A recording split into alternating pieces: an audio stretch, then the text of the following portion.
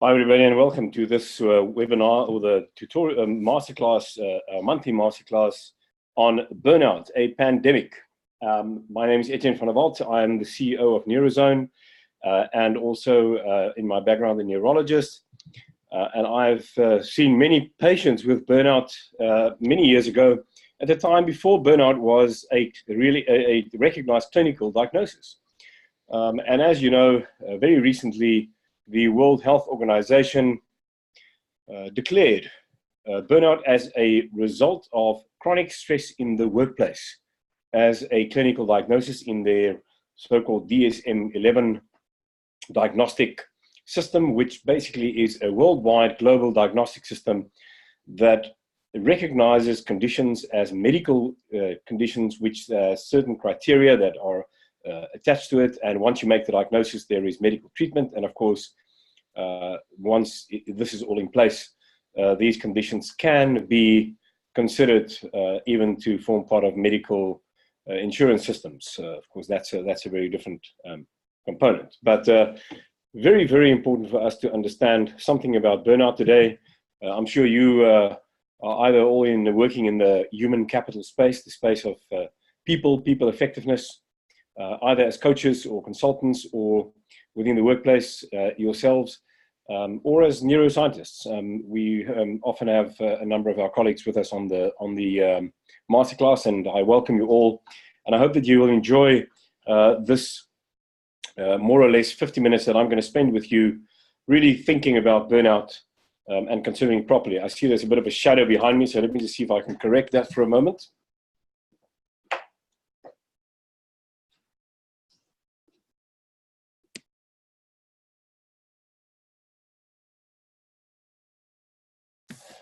This might be a bit easier, so it doesn't look like a double vision, slightly so.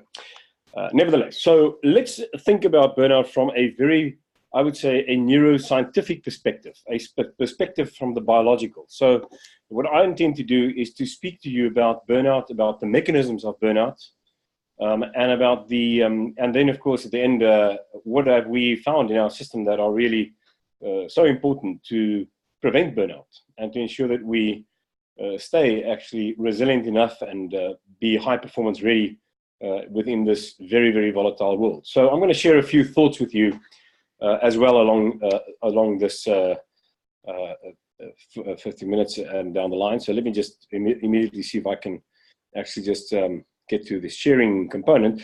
For any one of you, if you want to make any comments, once again, as always, if this is your first time on our masterclass, down the bottom you'll see a chat little icon. If you click there, you'll see that the chat box on your right hand side opens up, and you can just put all your thoughts and questions in there. You can of course speak to all panelists and attendees. Please ensure that you speak to all the panelists and attendees so that everybody can actually see your question, your thought, and I'm going to keep it open here while I'm sharing my screen with you. In fact, here we go. Quite a busy screen tonight.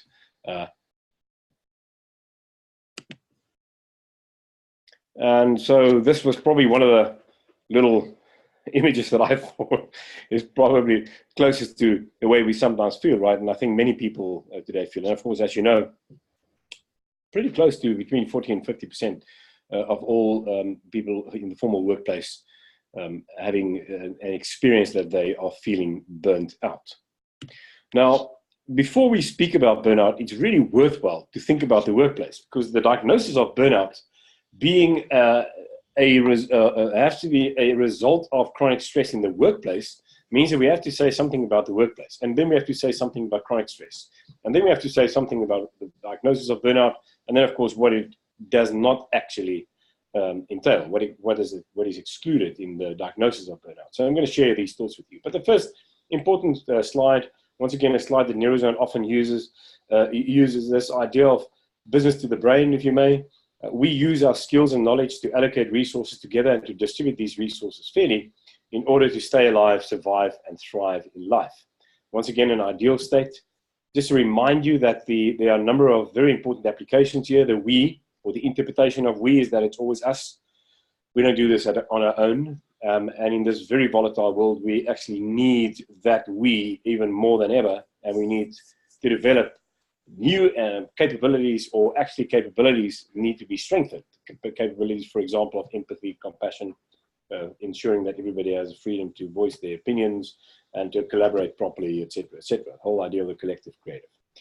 Skills and knowledge can also be enriched with the ideas of knowledge, skills, and expertise, with which we allocate resources, means innovation together, and through problem solving and fashioning novel products, using the neuroscientific definition of creativity in the brain, and then we distribute these resources fairly, as I said, in an ideal world. We stay alive, survive, and thrive in life. And this is what the workplace, an ideal workplace, is supposed to be for us, where we as individuals group together and we aggregate and we live as organisms outside of the cave or the place where we live, you may, in the very primordial sense. Of course, bear in mind, you and I have very primordial brains. In fact, my brain responds in a very primordial way in many instances. It's still an archaic system. So the idea that you and I aggregate together in the workplace to allocate resources, use our knowledge and skills to learn more so we can do it better together, that we are a formidable team and organization, etc., etc. Those things are have been around for a very, very long time in the history of mankind. And the way we do it today is very sophisticated. We use extremely complicated systems to manage organizations, etc., etc. But by and large, let's not forget that we are humans in an aggregate, forming as such a living system of human beings who collectively need to work together to allocate our resources, to achieve our goals, to use the lowest energy to achieve those goals, and to have the highest yield along that process, which of course requires leadership and self-leadership, because energy is not an infinite entity. It is a finite component of being human. The sky's the limit, as we said before, is not actually meant to say that you have infinite amounts of energy that you can spend every day and every second, every minute, etc., etc. That's absolute rubbish. The truth about the true meaning of the sky's the limit refers more likely, as you would agree with me, to the idea that there's so much is possible, and I can really I can believe that there's way more is possible than what I actually think. And so, but if you think about the energy that you assign to allocate these resources and to learn and to stick together while we're doing this, that allocation of energy requires at least the understanding that energy is finite. Without that, you cannot actually you cannot express good self-leadership or leadership within a team. And that's one of the reasons I say that is that arguably one of the most important causes that people today, rightfully so, hold for or would give you to as a cause for burnout is the fact that people are just spending too much time. They're way overworked, spend too much time at the workplace, but also in their minds at the workplace. It doesn't even have to be physical, and many people do not necessarily work in the physical workplace that much anymore. So they effectively are on 24/7, and of course that's extremely poor use of finite energy resources. No wonder that the machine burns out. So this is just a few thoughts, just looking at the first slide.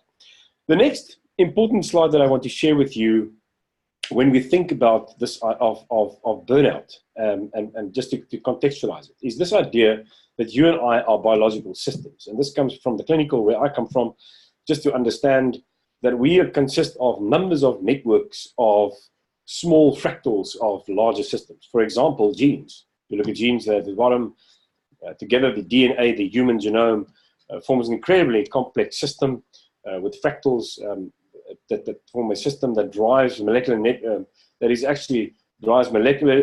also molecular networks together, and drive cellular networks, which drive organ networks, which effectively make up an individual, and the individuals make up social networks. So you can actually see how the organization here in the right, far right, is actually made up of so many very, very finite, complex systems. And many systems together, multimodal systems, work multimodally in a human being. Isn't it fascinating to provide us with this network and capacity to work as teams, to function as teams, to do exactly what we said we're doing in business. We have to understand this because it's a living being. This is not a machine. It's not a binary system. It's a biological system, which implies that this biological system continuously make predictions of the future and use its prior knowledge that it's built up in its DNA, in its memory systems in the brain, and everywhere. Every single organ has memory systems and autoregulation and all forms of way of regulating itself. It learns from the internal and the external environment, and it makes predictions, and then it adapts. It effectively innovates, if you may, or solve the problem by adapting to what it predicts the new scenarios will be. And then from that particular process, it continuously, through feedback and feed-forward systems, learn from its action. And it has to be extremely agile and adaptive to continuously correct itself along this route. They predicted where it's going, so that it can always continuously avoid the threats along the way, maximize the rewards, and eventually achieve the goal that needs to be achieved. And this is continuously happening in you and me, in our brains, in our bodies, also in living teams and networks and organizations. It happens all the time. So the idea that you and I are complex biological systems, we need to adapt continuously and be agile to that point is critical to understand.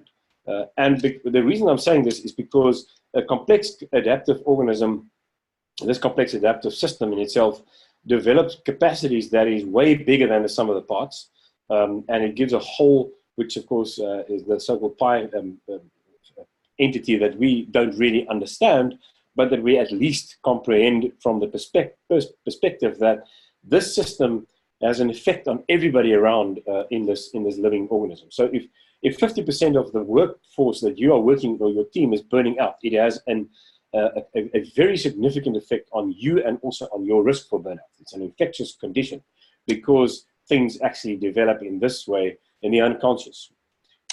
And so the interconnectedness of everything does not leave you and me untouched. And I think that's quite useful to understand that.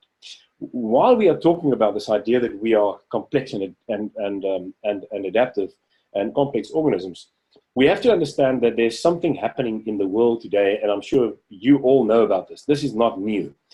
And of course, the term VUCA is also not new for people who work with people effectiveness, the volatile, uncertain, complex, and ambiguous reality of the current.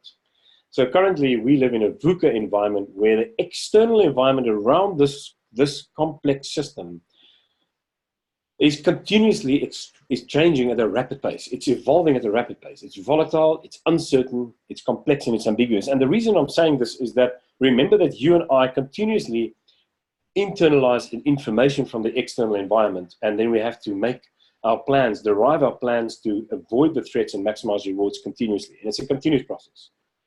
And we have an archaic system that actually enables us to do this. This is a point where I think it's useful just to reflect a bit. If you think where you and me come from, where you and I are actually coming from, our ancestors, we come from an external environment that evolved at a fairly slow pace, constantly but slow. And all of a sudden, we are in this VUCA environment, where our archaic brains that is very well adapted and developed to adapt to the environment as it continuously changes at a slow pace. All of a sudden, it now has to speed up its adaptability, and it's going to be extremely agile and fast.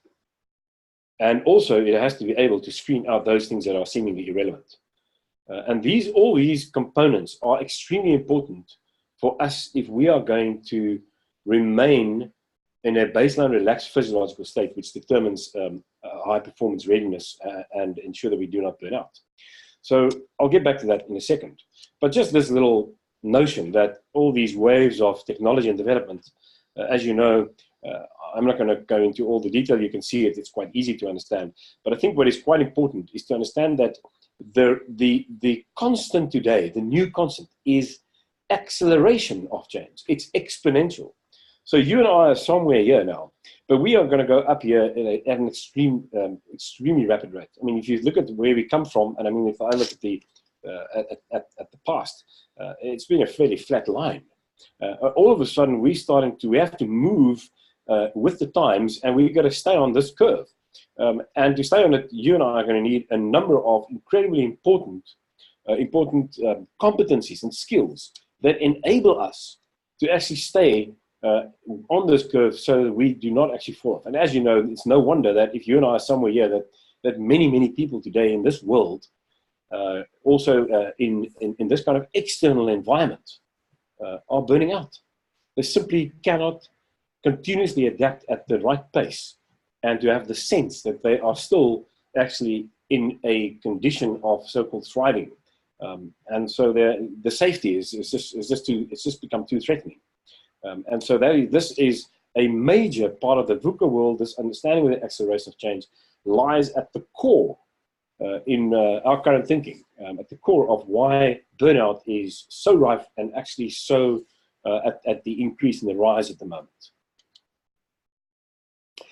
I'm just going to the brain, and at this point, maybe let me just stop at this little point where they are, and I think there was a question. I'm going to deal with it now because it might be quite of relevance at this point. Let me just open my chat box without having to stop the share.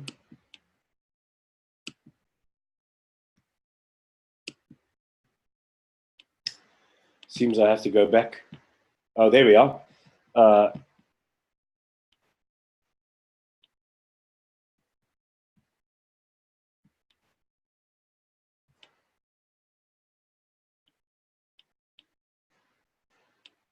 I'm just going to stop sharing for a second and I'll get back to you. So, Leonie, yes, following on from the thought that we work too long and don't switch off technology, mails on our phones, WhatsApp, etc. One need to apply strict personal rules to ensure you can disconnect from work. For example, switch off work, mail notifications over the weekend. Yeah, I mean, I think that's a very valid point. And in fact, I think the first notion when you know, so Leonie, to the point, probably everybody will say, yeah, we know that, right? So, and we absolutely agree with you. You're absolutely right. But do we really? Why don't we do it? You know, that is the question in a sense, and I think that comes down to behavior. And one of the things that we try to actually use now when we speak about burnout are a number of very important principles. It's an insight which we say must be part of our mindset. And one of them is the idea that energy is finite. And I'm going to get back to energy again, because I think the moment we really understand that, we're going to start to actually try to allocate our resources in a better way. And of course, then discipline and grit and everything else comes into play. But it's first a really clear decision, which is driven by an unconscious understanding of what is actually happening in my system. I don't think people really pay attention to it from a deep belief system. So the mindset is still not ready to really respond and change the behavior in the right way. But very important point that you make. Another one, how can one differentiate between nervous breakdown and burnout? Would you mind just hang on to that one? And addiction. I'm gonna get back to that just now. So let me continue with a class, and I'm gonna go through it now, and then I'm gonna come back to all these questions, and we'll see which ones we haven't addressed yet. Okay, so just continue putting all the questions in there now and your thoughts, and then I'm gonna continue sharing the screen, and we'll do it that way. Get back. In fact, what you see here is it's just a number of arrows, which in a sense just resembles the amount of information that you and I sort of potentially can deal with, right? So this is a less VUCA, a less volatile world, and we can now internalize information, and then we would still be able to extrapolate the right information, add the right value tags to information in relation to threat and rewards. But when it becomes like this, it's just simply impossible. And the question is there something we can do to get ourselves back to that in a very volatile, rapidly evolving, and constantly accelerating changing world? So the first thing to understand here is to just repeat this notion that the brain that you're looking at there makes internal representations of what is out there. And so if you look at the brain again, remember that the front part, the so-called prefrontal cortex, is the area that is the most notionally important when it comes to regulating the whole system, assessing risk, but at the same time, using all the information, pieces of building blocks of knowledge, and through abstraction, so-called divergence and convergence processes, use that knowledge to solve our problems, to come up with the best solution for the problem. And it can do it actually very rapidly. But then it needs to be decluttered. It cannot afford to have dealing with too many little points that it just clutters the whole system. And so it's got to be decluttered, first of all. The second one is that this brain makes internal representations of what is out there in the physical, the emotional, and the so-called spiritual interconnected world. And then what it does is it forms and it compares it to a memory system that's already in your brain, which speaks to mindset and say, how important is this information for my survival? So I'll use an example. We often talk about this idea that mindset, for example, if you just think about mindset, if my brain has an internal template that says it is extremely important for me not to make a mistake because I'm going to die if I make a mistake, that kind of thing. I'll be a failure, which will reduce my sense of belonging, my identity in the group, and I'm effectively then dead, which means it is that important for me not to have failed when I attempt something. This comes from a highly competitive, individually competitive mindset that has developed in the Western capitalistic world during the industrial and post-industrial period. And I'm one of those. I'm one of the children of that particular mindset, if I may use that as an example. Again, there are many other examples, but this kind of mindset will reduce the chances that I collaborate. At the same time, I will be very afraid to make mistakes, and therefore I will not actually be moving quickly through making mistakes and iterate and continuously iterate, because the change looks like that. And if the change looks like this, I have to iterate very quickly and be able to continuously adapt and iterate. It's called design thinking, right? So design thinking is critical, but it requires certain mindset shifts to enable me to be a very good at design thinking. So this is one example of how important the internal map is that is inside your brain and my brain. We cannot actually start anywhere else than to say, what is my mindset around the way that I respond to challenges coming from the external environment? And then, of course, there are a number of things we can do to declutter the brain anyway, to ensure that it actually declutters those relatively important, declutter everything comes in and ensure that the most important information has the highest value assigned to it. And that those that are seemingly irrelevant basically get screened out.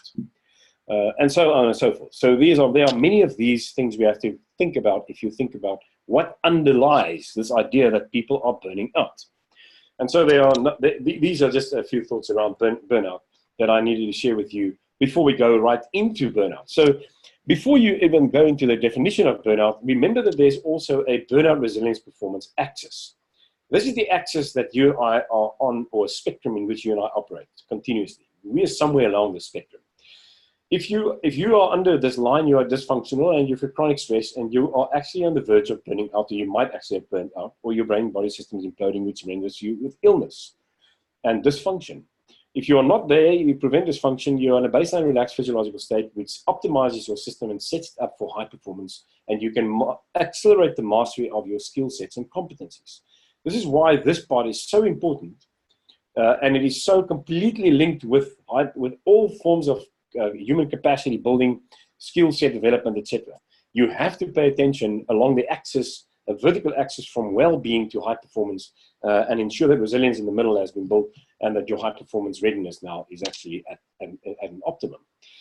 To ensure you understand this is burnout is actually putting you right down the bottom here, and therefore your functionality and your high performance has gone down significantly related or compared to what you could have been.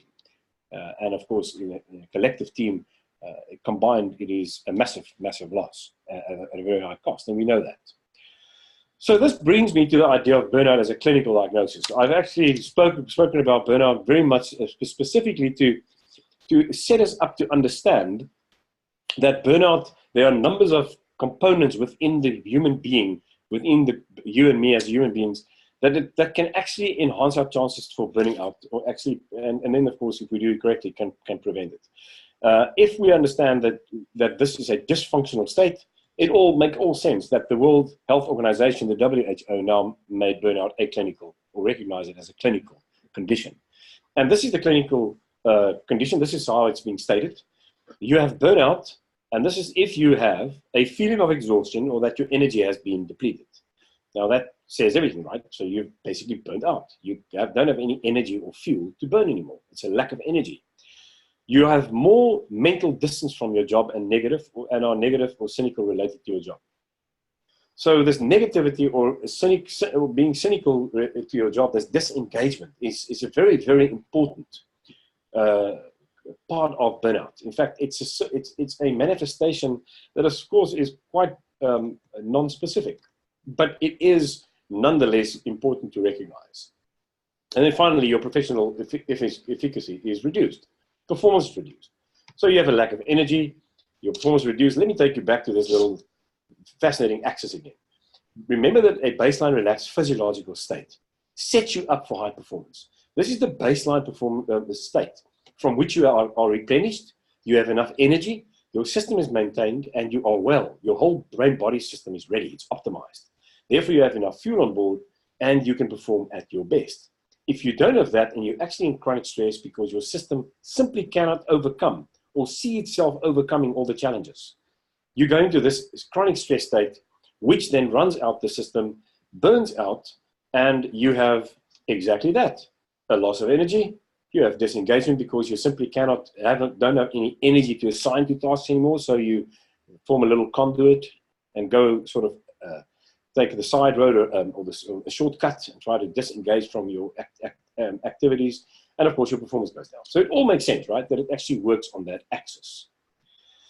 And as we said, this is the WHO description. It is very important to understand that it has to be related to your workplace. So burnout is in relation, it's a clinical diagnosis if you have burnout as a result of chronic stress in the workplace. It doesn't mean that you don't burn out of anything else. If you burn out of anything else, you also have burnout, but that's not the clinical diagnosis that the WHO are talking about. It's basically a human-made diagnosis, right? And then finally, there are a few exclusions. And the exclusions are clinical depression or clinical anxiety or psychological disorders, mood disorders. So clinical anxiety disorders and clinical depression are the most important ones. So those are diagnoses that, of course, if you have chronic stress, you can develop depression. You can develop anxiety disorders as a result of chronic stress. So let me just take you back and just give you some context here. This dysfunction and brain-body system implosion can result in burnout as one clinical condition, but it can also result in depression. It can also result in a clinical anxiety disorder. It can also result in other conditions because of what chronic stress does in your system. Burnout is one of the clinical disorders now that we say is a result of this process. It doesn't mean that every single human being who has chronic stress will burn out. There are interesting, it's an interesting phenomenon. There are exceptions, and you can actually develop other disorders, which effectively means implosion as well. So you can present with different manifestations of what is happening down here. Everybody happy with this concept? And this is why there's a difference between depression and burnout. But the point is, they're all as a result of chronic stress in the workplace. Of course, depression doesn't have to be a result of chronic stress in the workplace. If you have a genetic propensity for that, or there are triggers that have come your way, unfortunately, you could have the clinical diagnosis of depression, not as a result of chronic stress in the workplace. But chronic stress in the workplace can cause depression on its own. And it, of course, can cause burnout on its own. So I hope this sort of clarifies that particular potential, let me put it, confusion. It doesn't mean that if you have depression that you don't have burnout and you don't have a problem. It's a massive problem. It's just another branch that you've actually spiraled down into. Everybody happy with that concept? Right. So the Mayo Clinic described a list of burnout symptoms. If you want to ask yourself, am I burnt out? So the Mayo Clinic are very strong on burnout, do a lot of work in the burnout space. And I can really really recommend the Mayo site to you if you want to look at job burnout specifically. Valuable information. And there you can easily read it for yourself. These are just questions that people ask. Of course, the diagnosis that has now been established, being those 3 components, will lead to another diagnostic criteria setting, to which the Mayo Clinic, I think, will make all kinds of adaptations. But this is still, I think, quite valid. Everybody happy with this list? And the consequences of burnout, now you can see, this is the disease, right? This is where you now develop disorders. So even if you have chronic stress and you have burnout, this is what happens. All these things can happen. If you have chronic stress and you have depression, you can also develop some of these conditions. If you have chronic stress and you have anxiety, you can also have it. So chronic stress is at the core of everything. It's the underlying condition of the brain-body system, of which burnout is one result. And this is what you can see as a consequence. If you are burnt out and you just continue, and you're not actually moving out of that burnout state, out of the chronic stress system. Excessive stress, fatigue, insomnia, all those irritability problems. This is the amygdala working right from the eyes of the monster. If you remember, if you've been on the course, you understand, remember where they are. It's really a very primordial space that the brain works from. It reduces your clarity of mind and your clarity of making good decisions and solve complex problems. It also works like that during the night and wakes you up, and then you wonder why you can't actually sleep through and sleep in the latter part of the night. Of course, there's misuse, addiction.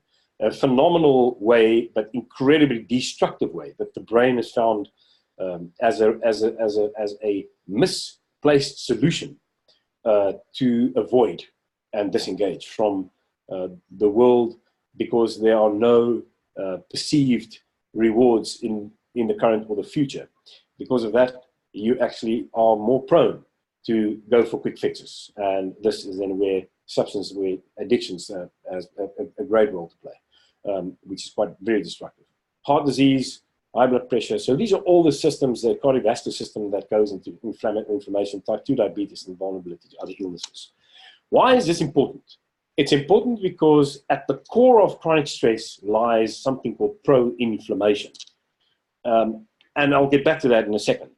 What I now want to share with you is something you will find on the internet as well. I sort of sketched it out so we can read it here. And this is a question that was asked in a recent survey.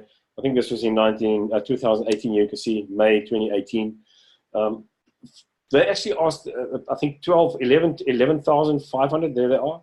The blind app users asked the question about, do you feel burnt out in your workplace? And I find it quite interesting. This is quite a large list of very prestigious and successful companies. I mean, if you think about, I'll give an example. If you look at these companies, the percentage of people feeling in the moment, feeling burnt out is actually massive. The reason I'm putting this up here is that many of these companies are sought after companies and also used as examples of companies who really look after their people properly, right? Well, not all of them, but you can see some of them there. I mean, you can see that some of them are the ones who have been used as prime examples of people looking after people, looking after innovation, building this innovative places, etc., etc. It seems that we have a way bigger problem than the way that we look at just looking after people to make them more innovative. We've got a deeper seated problem, and my view is, and this is my view, is that the rapid pace of acceleration is, we are not actually keeping up with that. We have to think differently about how we're going to solve this problem and reduce burnout and ensure that our people thrive in the workplace in this extremely rapidly evolving world. And how will we do that? So that's the question, right? And is there something that you and I can do about that? Now, stress, because we spoke about stress and that as the underlying cause of the whole problem, if you may, it needs some attention. So let's pay a little bit of attention to stress. This is a normal stress response. Remember that stress is good for us.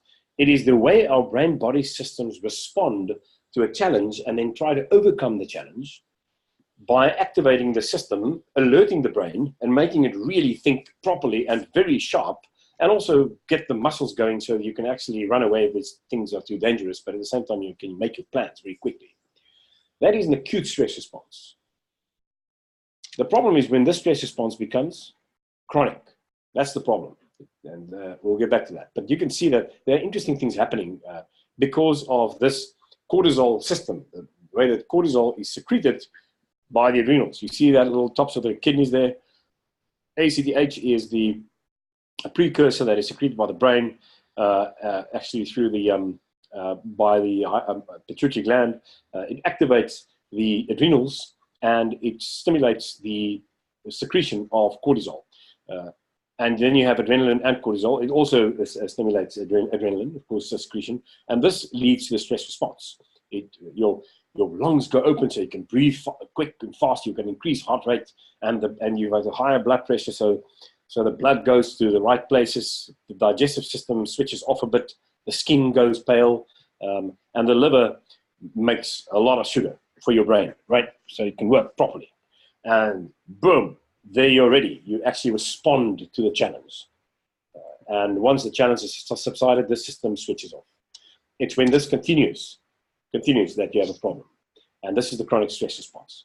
So the same thing happens here. You can see ACTH, this is the one that's secreted by pituitary gland, goes to the adrenal, and it secretes the cortisol in a lower dose and continue to do it. And now there are other detrimental toxic effects that happens even in the fat around your gut, the so-called omentum. A number of very abnormal things start to happen. You can develop metabolic syndrome as a result of this. And it then affects the rest of the brain. And the brain loses brain cells in the areas with which you learn and remember well, hippocampus, etc. So it's quite toxic. But what is quite detrimental, and even worse, is the fact that your system goes into pro-inflammation. And the pro-inflammation system gets switched on. And here you can see that if you go into chronic stress, you need a good balance here between the so-called relaxed physiological state. This is the relaxation, anti-inflammatory response. This is the so-called one where you are when you're in the green zone, remember? It's the so-called parasympathetic state. This is what happens if you go into that red zone and you have chronic stress. It's a sympathetic drive, it's continuous. The thing that was supposed to save your life now starts to take your life. Part of the paradox of this wonderful brain-body system. Many, many paradoxes, ironic. But this thing needs to save your life. If it's secreted in the wrong way, it starts to take your life. It's pro-inflammatory. And so you have a pro-inflammatory response. Inflammation in your system. Now, let me once again just remind you, before we get to that inflammation, let me just quickly speak to inflammation again. This is very complex. Don't even think about it. But here you see the hypothalamus and the secretion, and there the adrenals, and there's the secretion of the cortisol and all kinds of things.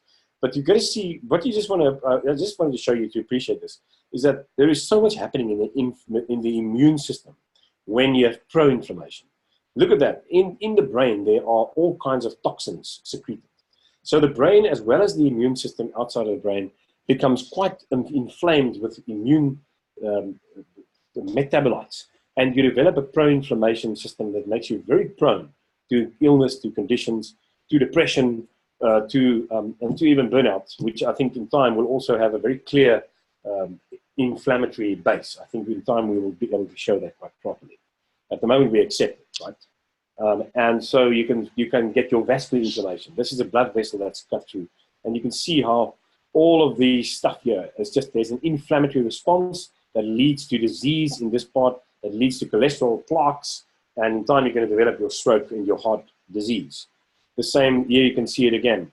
That there it is, the blood vessel, and it's supposed to be smooth, but now it becomes plugged with this so-called atherosclerosis, this plaque of cholesterol, and in time, this is going to cause the blood plates, the blood plates to cause clumping, and eventually you have a clot, and the next thing is a stroke or a heart attack and death.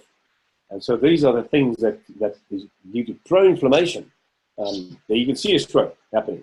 Same thing, it's just a bit further away. It's a very, very important condition, and can be prevented in many, many instances. And especially when it comes to burnout, Burnout increases the risk of all these things developing. Remember, we talked about inflammatory conditions, vascular disease. We talked about diabetes, also an inflammatory condition as a result of burnout. So the consequences are devastating. Right. At this point, I'm going to just for a moment stop, and then I'm going to start to talk about a few things that we need to understand and remember if we want to prevent burnout. I think there will be a number of things we have to put together in a mindset framework to say these are the things that are really important. Of course, there are others as well that are really important for us as leaders in the space of working with people and their effectiveness to understand what they are so that we can work on mindset transformation around those things, that people really understand and believe that we all have that belief which unconsciously drives us to do the right things so that we can prevent this from happening. Are there any thoughts and questions at the moment? I'm going to, for a quick moment, go back to the questions and answers. In fact, when I come back, we will talk about this idea of the biological machine as the first important notion. And of course, I have to look at my time, and I'm going to just grab my... Just stop sharing for a second. And we are in good time still.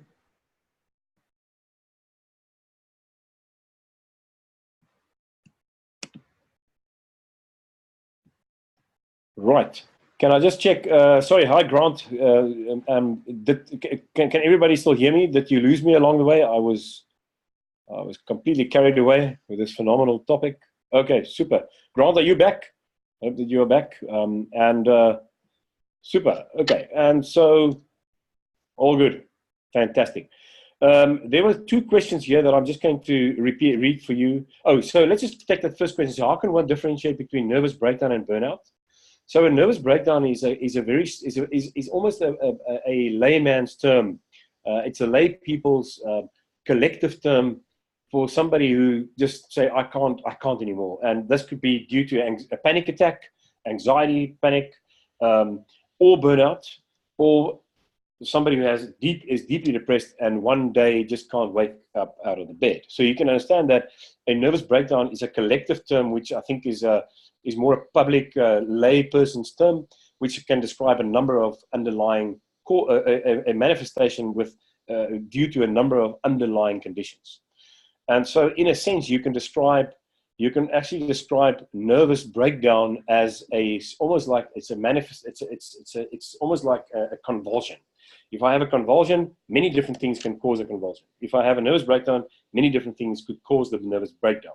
So burnout could actually manifest in a nervous breakdown, but it could actually also just be somebody who's very disengaged. Does that answer that question? Is everybody happy with that? Super. And then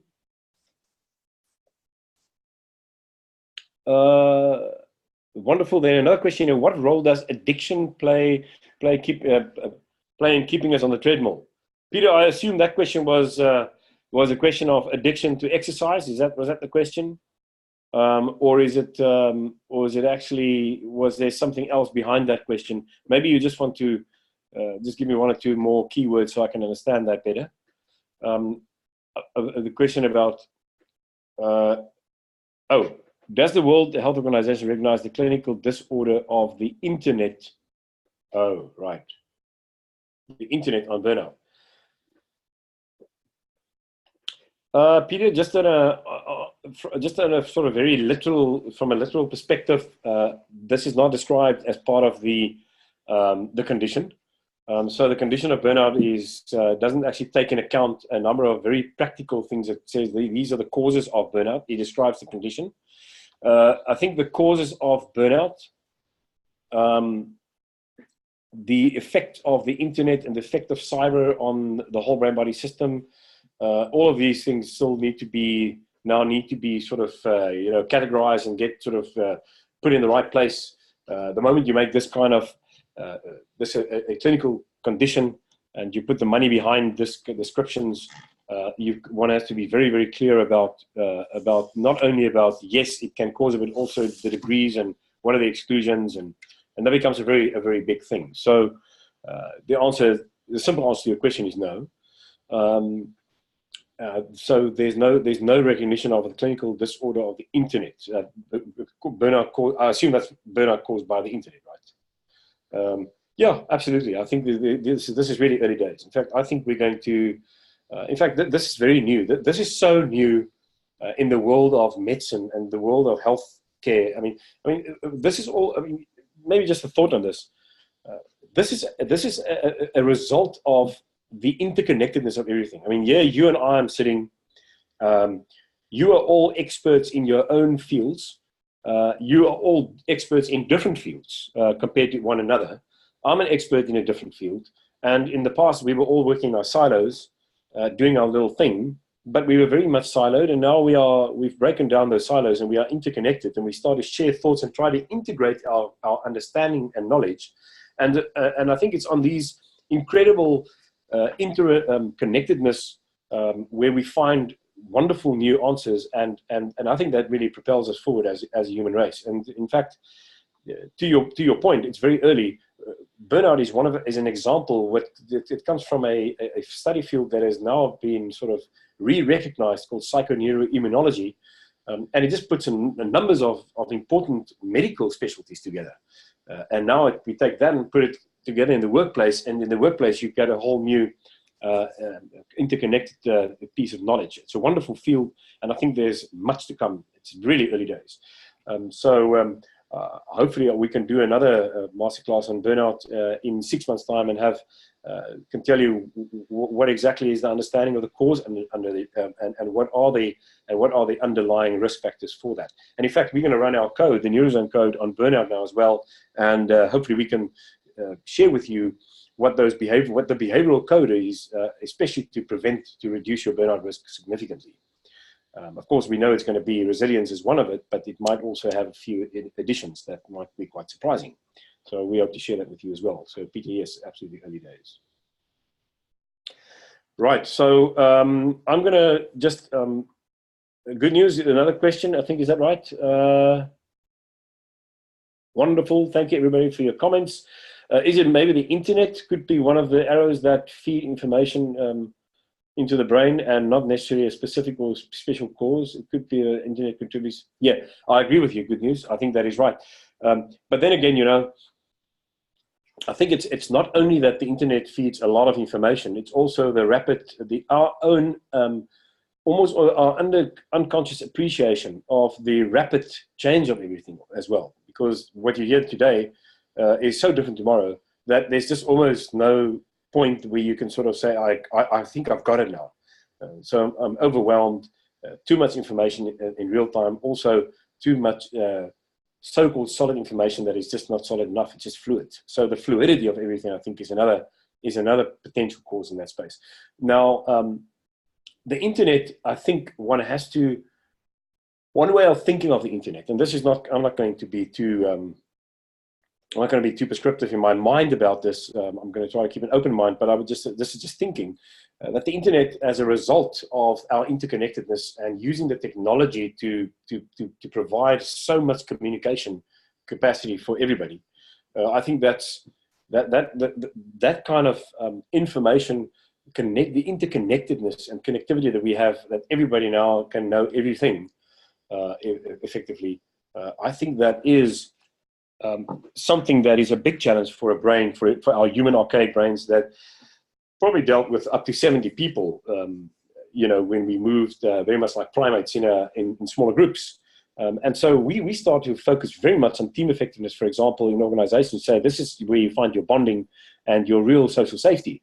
And this is where you really move into a baseline relaxed physiological state, as opposed to the big organization. It's just another example of overload of information, and everybody now needs to know everything about everybody. But we have to move back into our smaller organic families and our teams and say, this is really important, and then declutter the rest, and then have that as a team be connected to the larger, if you may, vision and strategies and so forth. These are just thoughts that sort of just spur from this idea of the internet and the interconnectedness of everything. Yes, everything is open. Do you think that burnout could be seen as an injury on duty in South Africa?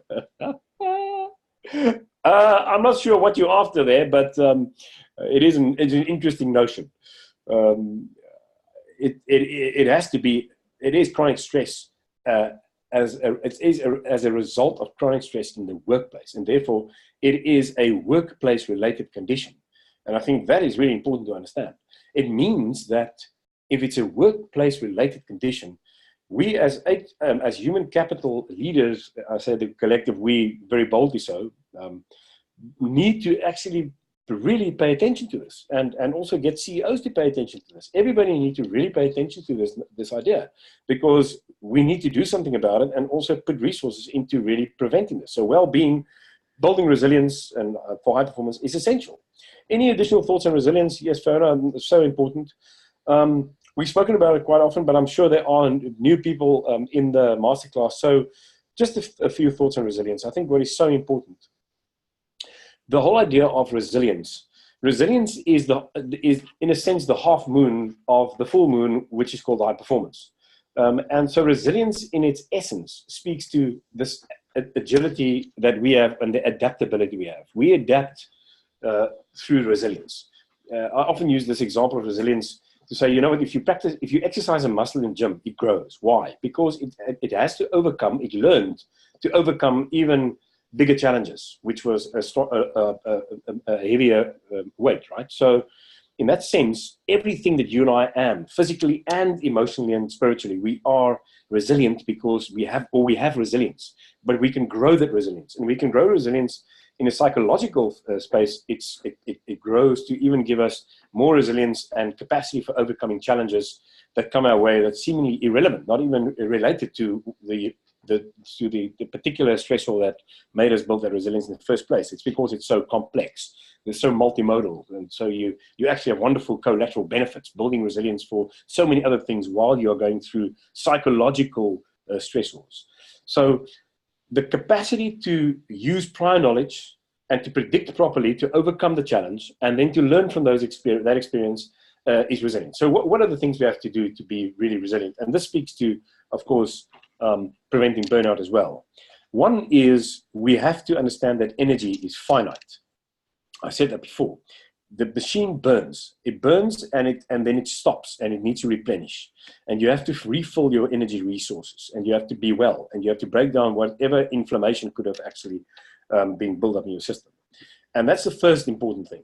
The second one is that we individually cannot actually make it together. We need collaboration, and we need empathy for that, cognitive empathy. We need to actually collaborate in collectives. We need social safety for that in a world where where diversity is incredibly important, but we need the social safety and understanding of what bonding is and what belonging is. All of those components are important.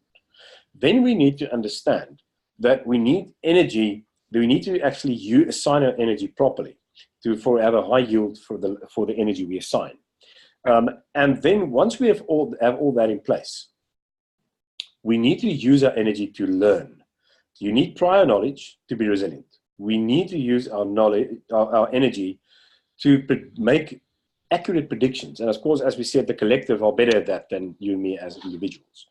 And so find ways of actually making those predictions more accurately. And then we must be willing to make mistakes.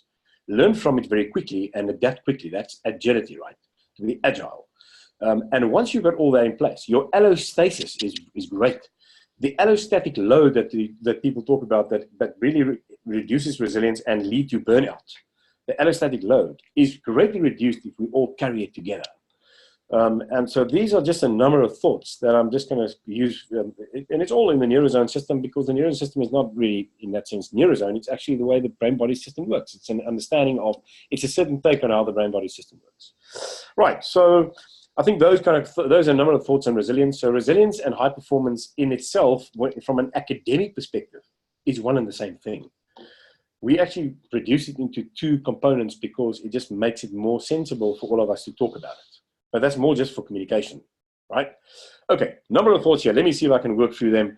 For those of you who have to jump off, thank you very much for joining, but I'm going to continue through these thoughts and questions. Leonie, you say leaders need to be aware of their resources, workload, and encourage the work-life balance. This may seem like common sense, but the problem is sense isn't so common anymore. Of course, one cannot ever say, yeah. Look, I think you're absolutely right. I think one of the challenges is that the leaders are also burning out. It's a pandemic problem, and it requires a very serious, almost like a retreat sort of way of looking at things, reflect very carefully for organizations, and ask the why and the purpose and everything else that they need to actually ask themselves. Talking about that, I wanted to say a few things about purpose in life again, because that purpose in life as a study field, looking through belief and optimism and having a higher sense of meaning, has also been shown to switch off the inflammatory system big time. And if the higher purpose is served, and a higher purpose is never to make money, higher purpose, money follows the higher purpose, and to achieve the high purpose, leaders need to really look into that very carefully and ensure that that's well established. And that, of course, asks something from the shareholders as well, but let me not go there now. And then it seems to me that we can mitigate against burnout in a couple of important ways. First, constantly reassess what we see as threat or crisis, and secondly, we pay a lot more attention to ways that we can more effectively renew and replenish our energy source. Yes, absolutely agree with that. So for me, there's a whole list of things we can do. I think the most important thing, number one, is to have a very clear sense of purpose individually. Secondly, to be sure that energy is finite, and then develop the self-leadership capacity to assign the energy properly, to assign value properly, and then, of course, to really look for collaboration. And as I said, a mindset of being able to make mistakes, being less individually competitive, and collaborate properly. Those are extremely important. So thank you, everybody. Let me see. A good news, yes, a case for collaboration and promoting learning as a cultural aspect. Absolutely. I mean, absolutely. You know, that's and you know, good news. If you actually put this in the idea, just use it and say the reason we do this is to build a resilient, high-performing organization, and of course that prevents burnout, and it is in the right axis of organizational performance. So it's clear that in that sort of space, it just positions learning as such in a different way, right? Probably in an organic way, as opposed to the current silos of thinking around learning in a learning organization. And thanks everybody. Thanks so much. I think this must be Toby. If I just want to see I can't see you speaking here, but let me just say thank you to the right people. Yeah, Toby, thank you so much, and thanks, Ita. It's great to see you here as well, and Nikki, and everybody else. Sylvia, again, did you hear France has outlawed company communication after 8 p.m.? Oh, yes, we know about that. That is actually, in fact, that is a wonderful step in the right direction, isn't it, Sylvia? So thank you very much for just alerting us to that. You know, it's really important to understand that. And I think there's a lot coming. It's a bit like smoking, isn't it? Smoking is, things are going to be banned, and where it is good for us, hopefully. So let's hope that it has the right constructive effect. And thank you very much, everybody. Great. Could be a challenge that the French finish working. Thanks, Toby. That must be coming from the UK, right? Fantastic. Okay, everybody. Thank you very much. I think this is the end, and we have to leave now. Thanks again, and we'll let you know when the next masterclass will be, and also what the topic will be. In the meantime, everywhere around the globe, great to see everybody here again. It feels a bit like an old club. Very nice to have you all. And for you, those of you who are new for the first time, you're very welcome to continue to join us. We'll let you know when the next one will be. Have a great evening and a great day elsewhere.